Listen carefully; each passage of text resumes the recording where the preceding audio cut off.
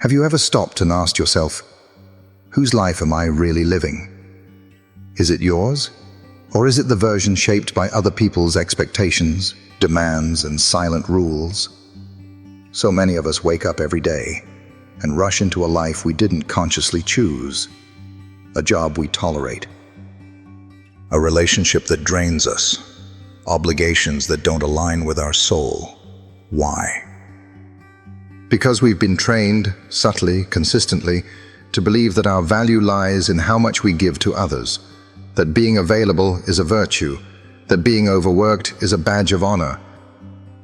That saying yes when we want to say no makes us good people. But here's the quiet truth no one tells you.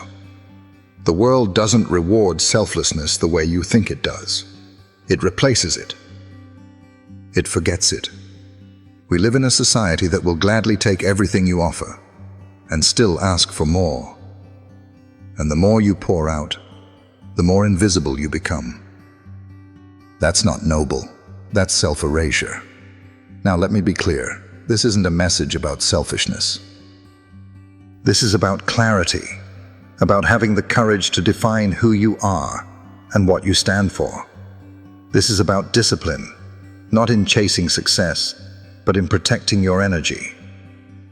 This is about boundaries, not as walls to keep people out, but as gates to protect your peace. And most of all, this is about self-worth, not the kind that begs to be noticed, but the kind that quietly knows, I don't need to prove anything to anyone. The Stoics taught something powerful, something the modern world has forgotten. You are not here to please everyone. You are not here to be liked by all. You are here to live in accordance with your nature, to act with integrity, to honor your inner voice, even when it makes you stand alone. Epictetus once said, "If you want to improve, be content to be thought foolish and stupid." Why? Because the moment you stop living by society's script, people will question you. They'll call you cold, distant, arrogant. But what they're really saying is, you stopped playing the role I wanted you to play. The truth is, if you don't choose yourself every single day, you'll spend your entire life waiting for someone else to do it for you. Waiting for a boss to recognize your worth. Waiting for a partner to finally value your time. Waiting for the world to slow down and say, "Hey, are you okay?" But it won't. Choosing yourself isn't about abandoning others. It's about showing up for your own life like it actually matters, because it does. So I want to ask you something. When was the last time you made a decision based purely on what you needed, not what others expected? When was the last time you said no without guilt? When was the last time you canceled something just to rest? When was the last time you protected your peace like it was sacred? If the answer is, I can't remember, then maybe, just maybe, it's time to stop surviving your life and start reclaiming it. This isn't about becoming hard or bitter. It's about becoming clear. You get to decide what stays and what goes. You get to decide who has access to you and who doesn't. You get to choose your pace, your priorities, your peace. No one else can do that for you. So let this be the moment where everything starts to shift. Not because life gives you permission, but because you finally do. Welcome to the first step. Not toward being more liked, but toward being more you. Part 1. Mental hijacking by modern distractions. Let me ask you something. What's the very first thing you do when you wake up in the morning? Be honest. For most people, it's not a stretch. Reach over, grab the phone, scroll. Before your feet even touch the floor, your brain is already plugged into the world. News headlines, unread messages, social media updates, dopamine spikes, and right there, in that quiet moment, your peace is hijacked. Modern life doesn't knock politely at your door. It barges in. It floods your mind with noise before you've even had a chance to think your own thoughts. And we've normalized it. We've accepted the idea that this is just what life is now. But here's the truth. Every distraction you allow steals a piece of your power. Your attention, your focus, is your most valuable currency. It's the one resource you can never get back. And yet, we spend it carelessly, letting notifications, trends, and algorithms dictate our direction. The Stoics knew something we've forgotten. If you cannot sit alone with your own thoughts, you are not in control of your life. Your impulses are. Let that sink in. If the silence of your own mind feels uncomfortable, it's not because the world is too loud, it's because you've become dependent on the noise. Epictetus reminded us that we suffer more in imagination than in reality. And today, our imagination is constantly being shaped, hijacked, by endless input. What to buy, what to fear, what to react to.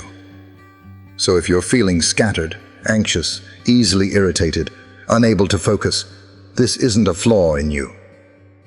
It's the result of overstimulation. You're not broken, you're overloaded. But here's the empowering part. You can take it back, not all at once, not perfectly, but deliberately.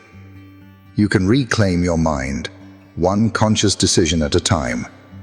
Let's start with something simple. Turn off unnecessary notifications. You don't need a ping every time someone likes your photo. You don't need breaking news alerts every 10 minutes. If it's truly urgent, it'll find its way to you. Next, win your mornings.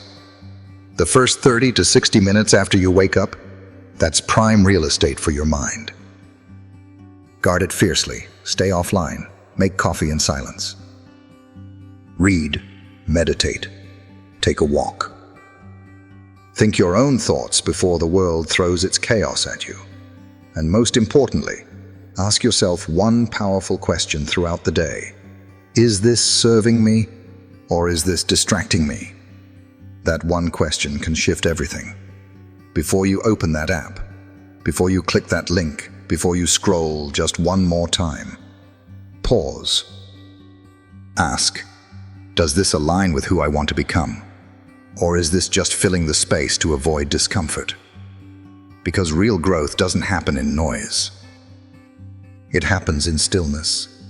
It happens in the quiet moments when you face yourself. Marcus Aurelius, the philosopher emperor, journaled daily to stay grounded. Not to post, not to perform, but to return to himself.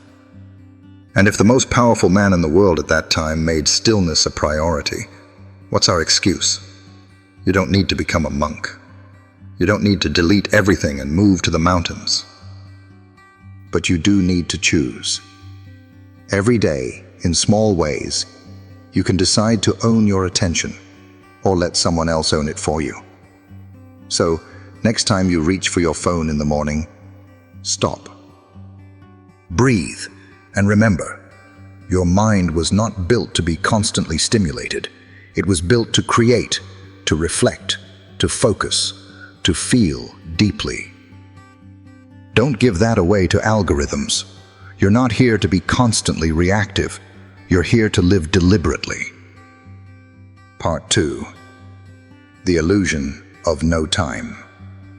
Have you ever said this to yourself? I just don't have time.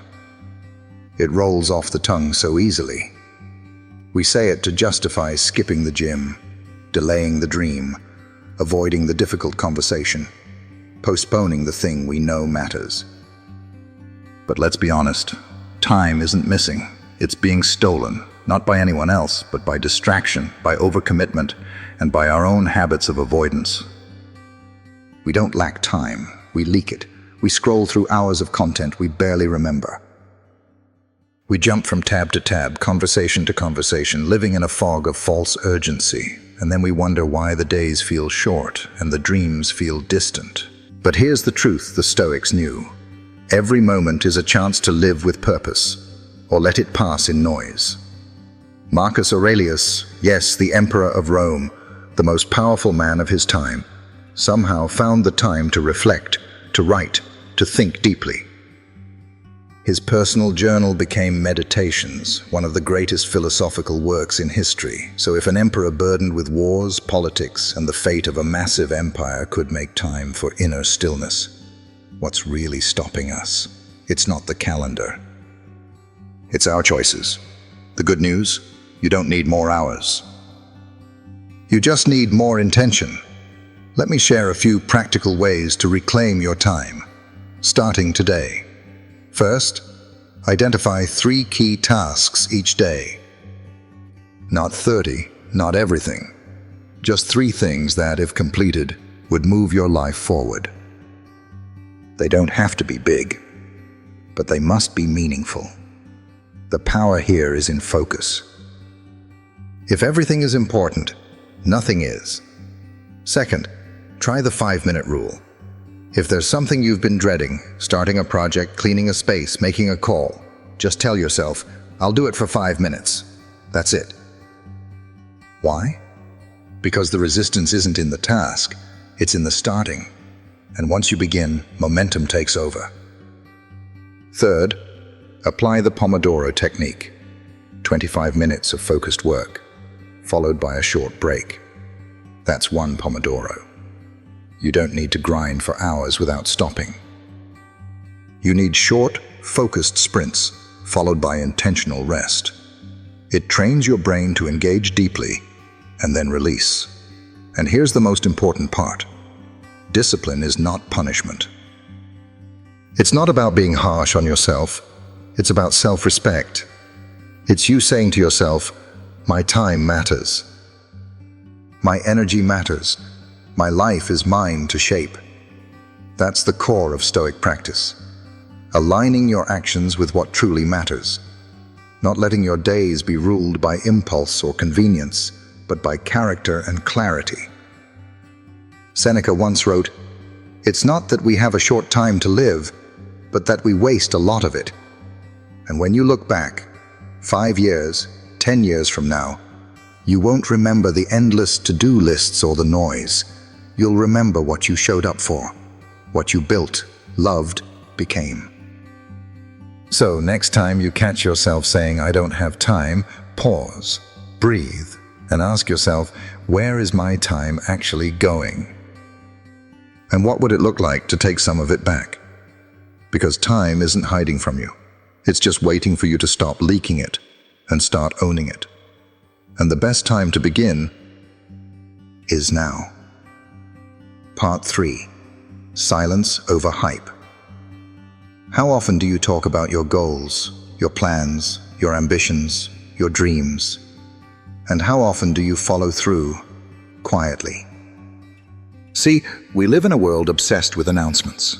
Post a plan, share an update. Declare your next big move, and somewhere in all that noise, we start to feel like we're making progress, just because we talked about it. But here's the hard truth. Talking about your goals can trick your brain into thinking you've already achieved something. It gives you a false sense of accomplishment. It satisfies your ego, while your actions remain the same. The Stoics saw this long ago. They warned us, don't waste time in debate, act, because results don't come from hype. They come from habits. Seneca said, don't explain your philosophy, embody it. Meaning, don't announce who you want to become. Be it, live it, in silence. With discipline, with humility. Leonardo da Vinci, one of the greatest minds in history, didn't post updates on his masterpieces. He didn't explain his process to the world. He worked. He refined. And when his work spoke, it was undeniable. That's the power of silence. It sharpens your focus. It protects your momentum. It starves the ego and feeds the soul. And in a world that constantly tells you to share more, show more, shout louder, choosing stealth mode is a radical act of self-respect. What does that mean in practice? It means You don't need to announce every workout, every idea, every goal. You let your results do the talking.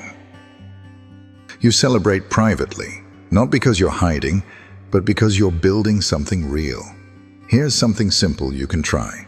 At the end of each day, ask yourself the mirror test. Did I make silent progress today? Not performative progress. Not something you shared online to get a few likes. Real progress. Did you show up for the work when no one was watching? Did you choose growth over validation? Did you live a little closer to the person you say you want to be? That's the measure. Because here's the Stoic way. Let others chase attention. You chase alignment. Let others talk about changing the world.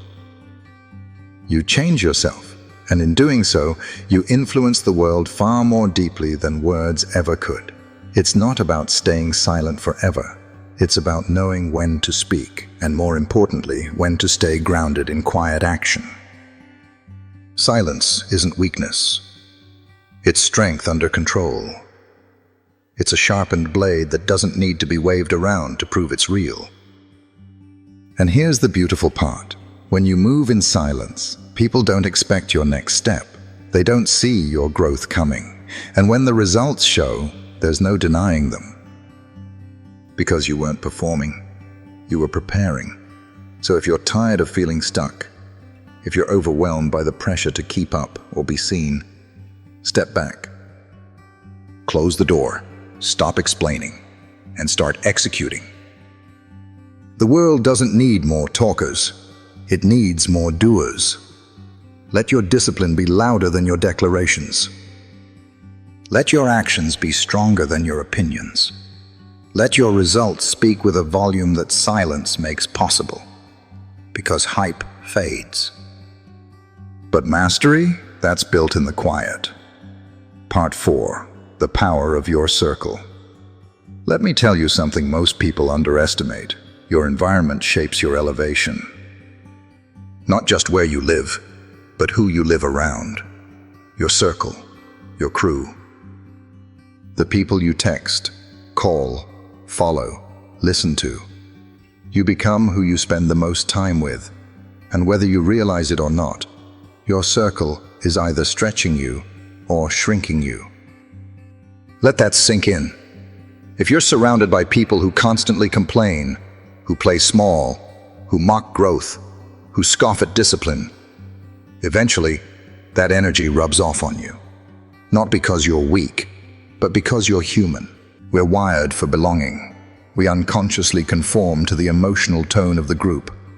So if your circle normalizes laziness, excuses, gossip, comfort, you'll start to absorb that mindset without even realizing it. But here's the good news. You can choose your circle, and that choice can change everything. Let me give you a real example. There was a guy named Daniel, ordinary background, grew up around people who constantly said things like, "Don't aim too high. People like us don't do that. Why try so hard when you can just settle?" For years he believed them. Until one day he got tired, not of failing, but of never really trying. He started seeking out new voices. He joined an online community of high performers. He read books by people who thought big. He listened to podcasts that challenged his limits. And over time, his mindset shifted. He stopped asking, "Can I?" and started asking, "How can I?" That shift didn't just change his career. It changed his identity. He didn't need to cut everyone off. He just needed to expand his circle. And you can too. Here's how to start. First, audit your circle. Take a hard, honest look at the 5 people you spend the most time with. Are they growing? Are they pushing themselves? Do they make you feel inspired or drained? This isn't about judging anyone. It's about protecting your future. Second, surround yourself with people who challenge you to grow. They don't have to be perfect, but they should have a mindset that values effort, evolution, and excellence. If they make you uncomfortable, in a good way, you're probably in the right room. And if you don't have people like that in your immediate circle yet, build a virtual circle. Read biographies of people who've done what you want to do. Follow creators who uplift and teach. Immerse yourself in podcasts, books, and online communities that breathe life into your potential. Remember, connection isn't always physical. Mental proximity can be just as powerful. The Stoics understood this deeply. They believed in surrounding themselves with virtuous people, those who elevated their reasoning, sharpened their character, and called them to a higher standard. Marcus Aurelius wrote, "When you have the power to benefit someone, why wait?" But I'd flip that and ask you, when you have the power to benefit yourself by choosing better people, why wait? Because here's the truth. Your circle can either reinforce your doubts or ignite your drive. It can either hold you back or help you rise. And you don't owe your future to the comfort of your past. You don't have to stay small just because your surroundings are. You can outgrow people with love, with grace, and without guilt. So today, ask yourself, who is speaking into my life? And what are they planting? Are they planting doubt or confidence, fear or courage, excuses or action? Because in the end, it's not just your habits that shape your future. It's your people. Choose wisely. And if you can't find your circle, build one. One book, one podcast, one conversation at a time. Because when you upgrade your circle, you upgrade your standard. And when your standard rises, everything in your life starts to rise with it. Part 5. Detox from chaos. How much noise are you carrying inside your mind right now? Because even when it's quiet around us, when the TV is off, the room is calm, the phone is on silent, there's still noise. Scrolling headlines, endless opinions, constant notifications. Our minds have become loud places. And here's the problem with that. Clarity can't live in chaos. We wake up, and the news is already shouting at us. Disasters, politics, conflict. We scroll through outrage, fear, and comparison before we even take a breath. And we wonder why we feel anxious, why it's hard to focus, why our emotions feel pulled in 100 directions. The Stoics would look at today's world and say one thing: protect your peace. Because not everything deserves your energy. Not every headline deserves your attention. Not every opinion deserves your reaction. Marcus Aurelius ruled the Roman Empire, yet he still wrote in his journal about the need to return to stillness, to retreat within himself, not to escape the world, but to meet it with clarity and strength. So if a Roman emperor, responsible for armies and empires, understood the need for mental space, what's stopping us? The truth is, most of us are not lacking intelligence. We're lacking mental filtration. We consume more than our minds were built to handle, but we rarely ask the right questions. So here's your first tool: media filtering. Before you consume something, news, content, social updates, pause and ask yourself, does this affect me? Can I do anything about it? Is this useful to me right now? If the answer is no to all three, then it's not information. It's pollution. You don't have to be uninformed, but you do have to be intentional. There's a big difference between being aware and being overwhelmed. And if you want to reclaim your focus, your peace, and your emotional strength, you need to replace low-quality input with high-quality nourishment. Start here. Read ideas that expand you, books that have stood the test of time. Listen to voices that challenge you, not just entertain you. Reflect more. React less. You don't have to fill every quiet moment with content. Sometimes the most powerful thing you can do is sit with your own thoughts. Because clarity doesn't shout. It whispers. And if you're too busy listening to the noise of the world, you'll never hear what your inner voice is trying to say. Here's what most people forget. You don't need to know everything that's happening in the world. You just need to be deeply rooted in your world, your values, your goals, your vision. Seneca said, "You act like mortals in all that you fear, and like immortals in all that you desire." Meaning, we panic about things we can't control, but procrastinate on the things we can. That's backwards. So today I challenge you, unfollow the chaos, filter the noise. Choose what enters your mind like you would choose what enters your home. Because not everything deserves a seat at your mental table. You only get so much emotional bandwidth each day. Spend it wisely. Let the world spin. You stay still. Let the noise rise. You go deeper. Let the chaos distract others. You stay focused. Detox your inputs. Protect your mind.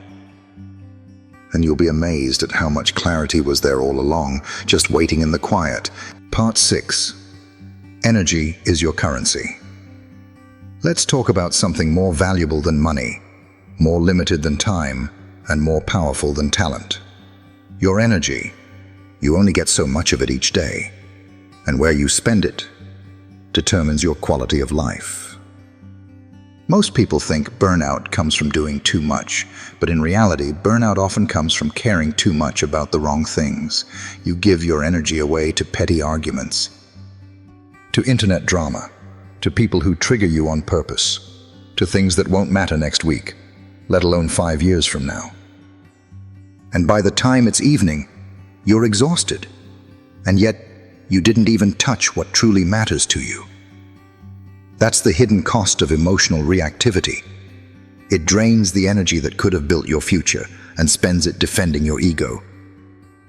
The Stoics knew this. They practiced apathy, not as indifference to life, but as strategic detachment from what doesn't serve their mission. Marcus Aurelius said, "You always own the option of having no opinion." Think about that. You don't have to engage. You don't have to attend every battle you're invited to. You can choose your inner economy, what gets your energy and what doesn't. So how do you protect your energy in a world that constantly tries to hijack it? Let me give you 3 practices that work. Simple, powerful, and life-changing. First, take the 30-second pause. Before you react, pause. Before you clap back, before you prove a point, before you say something you'll regret. Pause. Breathe. Because that moment of stillness, that's where you reclaim your power. Epictetus said, "It's not events that disturb us, but our judgments about them." You are not at the mercy of what happens. You are at the mercy of how you respond. And that's good news, because response is a choice. Second, practice strategic indifference. Not every comment deserves a reply. Not every rude driver deserves your outrage. Not every post needs your opinion. You don't have to be cold, you just have to be clear. Ask yourself, is this a battle or a bait? And if it's bait, walk away. Remember, silence is not weakness. It's a weapon used by the strong. Third, apply the 5-year rule. Ask yourself, will this still matter 5 years from now? If the answer is no, don't give it 5 minutes of your peace. Most of the things that steal our energy today are things we won't even remember next month. Why give your emotional gold to something that's not even worth pocket change? Your energy is your real currency. It builds your dreams. It fuels your relationships. It powers your clarity, your focus, your presence. But only if you protect it. So here's a challenge. Audit your energy like you'd audit your finances. Where is it leaking? Who are the emotional thieves in your life? What habits are leaving you empty before the day's even begun? Because here's the truth. You can't live a powerful life with a bankrupt spirit.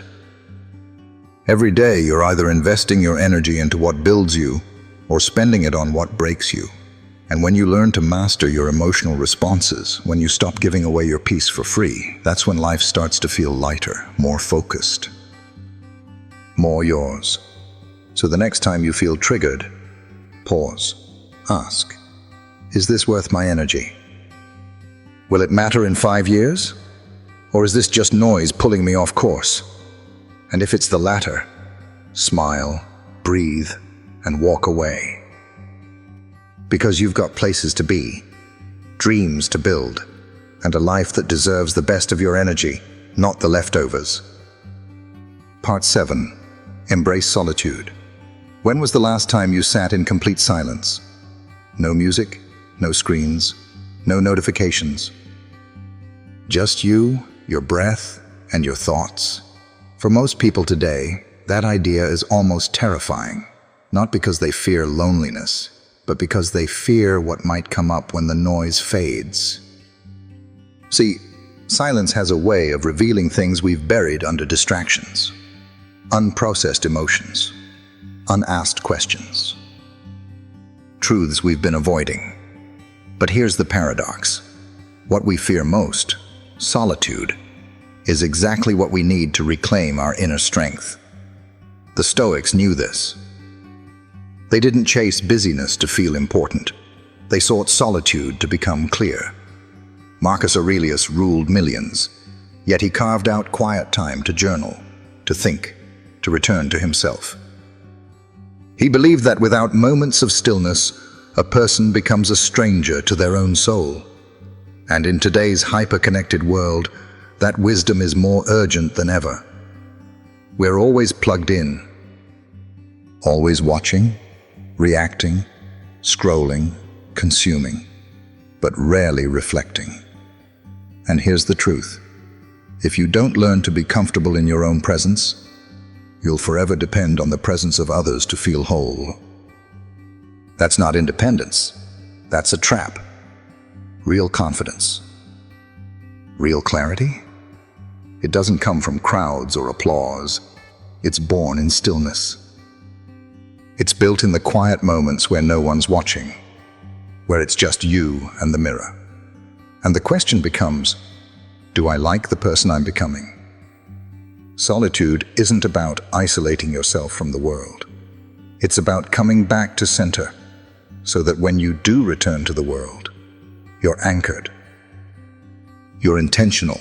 You're unshakable. So here's the challenge I want to give you. Something small, simple, and powerful. First, take a silent walk. No music. No podcasts. Just walk. Listen to your breath. Watch your thoughts.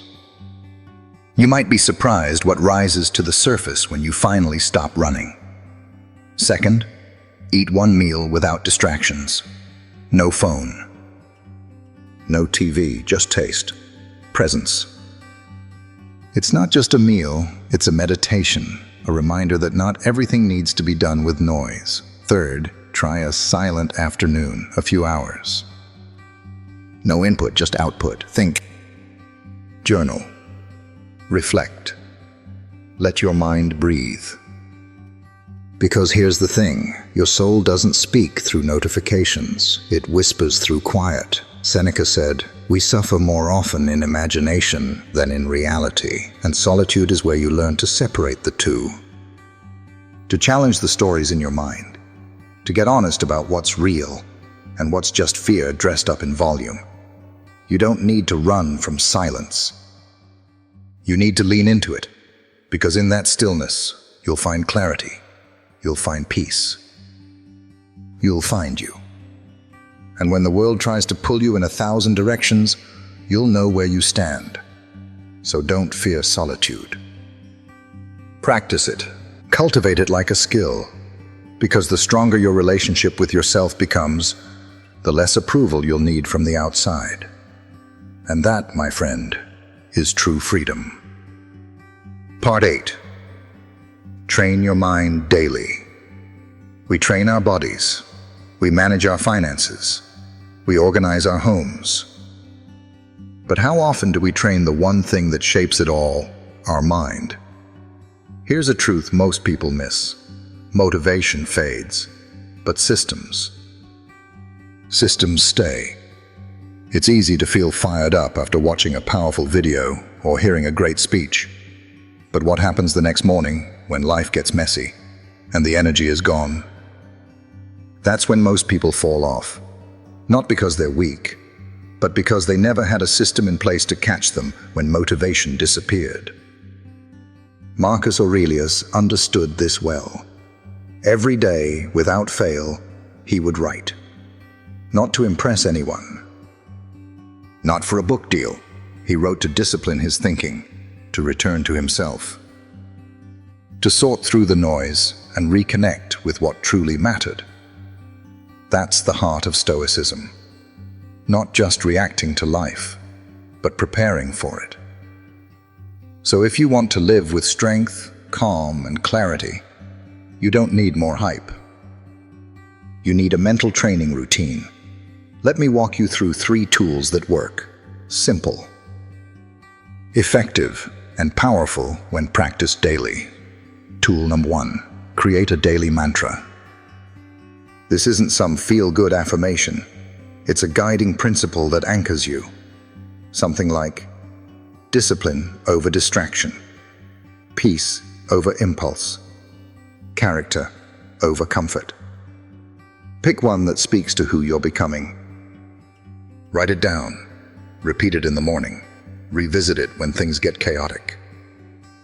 This mantra becomes your mental compass, a reminder to respond, not react. Tool number 2, strengthen focus through daily deep work. In a world built to fragment your attention, focus is your superpower. And just like a muscle, it gets stronger with use. Every day, block out time, even just 30 minutes, for undistracted, meaningful work. No scrolling. No noise, just full engagement. That could be reading a chapter of a book that challenges you. Writing your thoughts to sort through your mind. Building something without bouncing between tabs. You're not just getting work done, you're training your mind to stay with one thing. And over time, that focus spills over into every part of your life. Your conversations get deeper, your thoughts get clearer, your decisions get stronger. Tool number 3, reclaim your yes and no. This one is crucial. Most of our stress doesn't come from what we do. It comes from what we say yes to when we should have said no. So take a moment every evening. Reflect on your choices. Where did you give your time? Where did you give your energy? Did it align with who you want to be? Stoicism is about intentional living. And intentional living starts with intentional decisions. Every time you say yes to something unimportant, you're saying no to what truly matters. So make reflection a habit. Not to judge yourself, but to adjust yourself, because small shifts, made daily, lead to massive change over time. You don't have to overhaul your life overnight. You just need to train your mind like you'd train anything else, with patience, with repetition, with respect. Seneca once wrote, "We suffer more often in imagination than in reality. But when you train your mind to think clearly, to choose wisely, to stay steady, your imagination stops being a source of fear and starts becoming a tool for purpose." So let me ask you, what's your daily mental practice?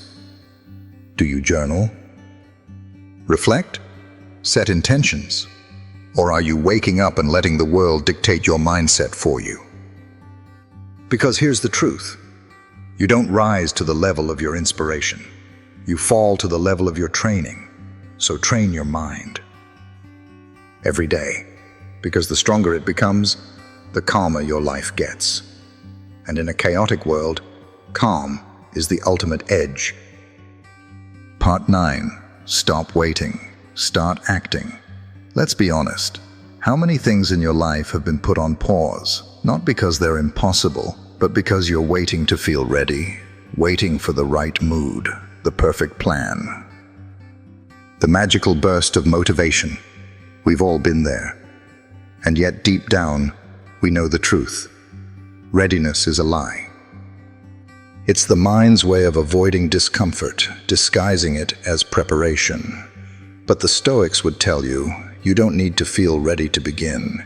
You just need to begin. See, we live in a world where we overthink everything. We overanalyze, overplan, overcomplicate, until all that planning turns into paralysis. And what happens?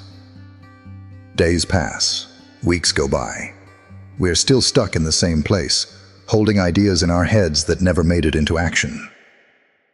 Marcus Aurelius wrote, "You could be good today, but instead, you choose tomorrow." How many times have we said, "I'll start on Monday. I'll wait until the new year. I just need a bit more time to think it through."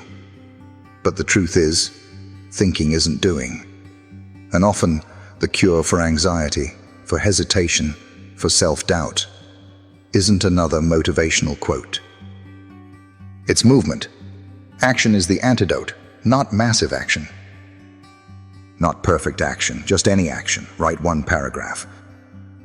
Do 10 push-ups. Tackle a 5-minute task you've been avoiding, because motion creates momentum. And momentum creates belief.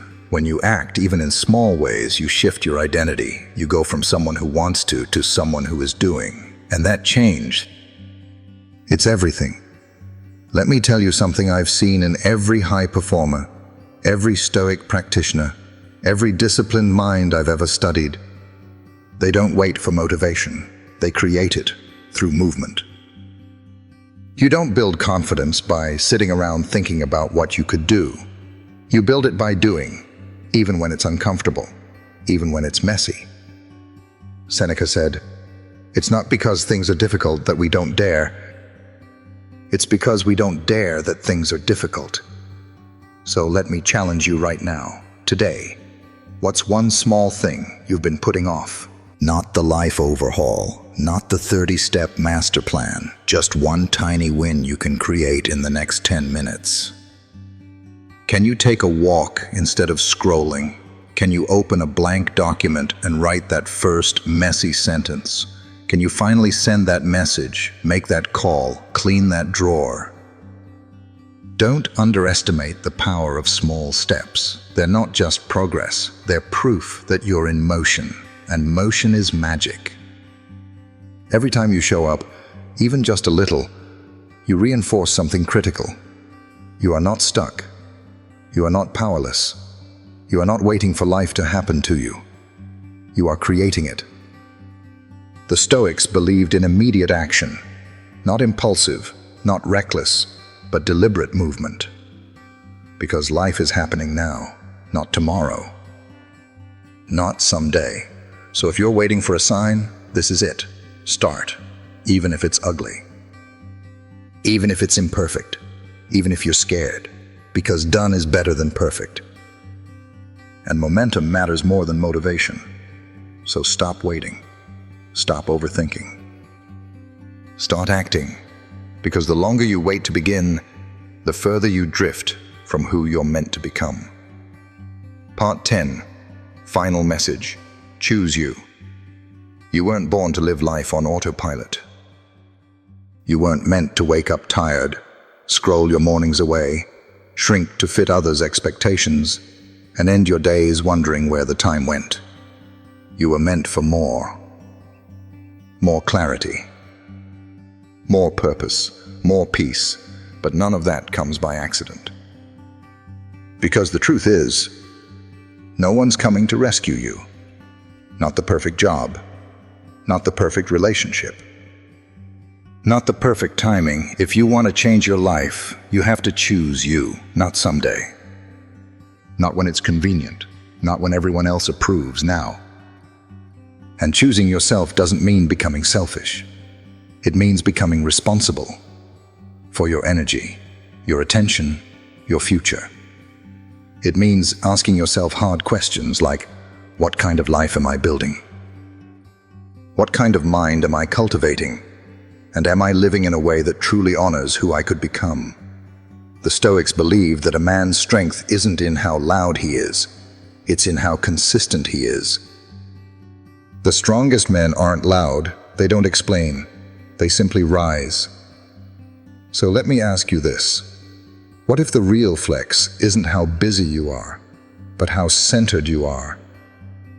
What if power isn't found in dominance, but in discipline?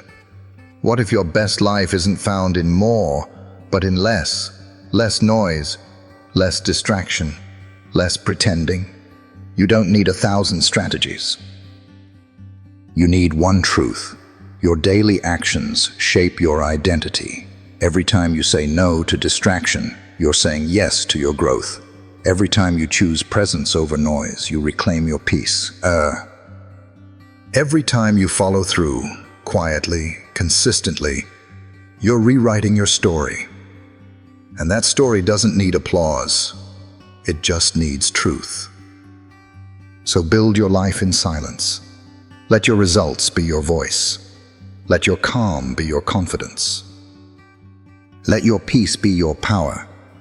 Because the world doesn't need another person performing for approval. It needs you, grounded, clear, and in control of your choices. You weren't born to be average. You weren't built to just exist. You were made to become. And that becoming happens one intentional moment at a time. So today, choose you, even if no one claps, even if no one sees, even if it's hard. Choose you until your life reflects the person you've always had the potential to be.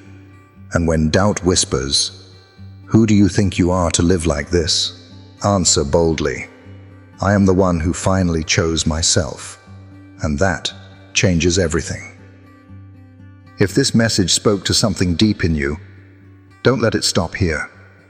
Hit that subscribe button to stay connected to powerful reminders like this. Because in a world full of noise, you deserve space to grow in silence, strength, and purpose. Share this with someone who needs it today. And remember, you don't rise by accident. You rise by decision. Choose you. Every day.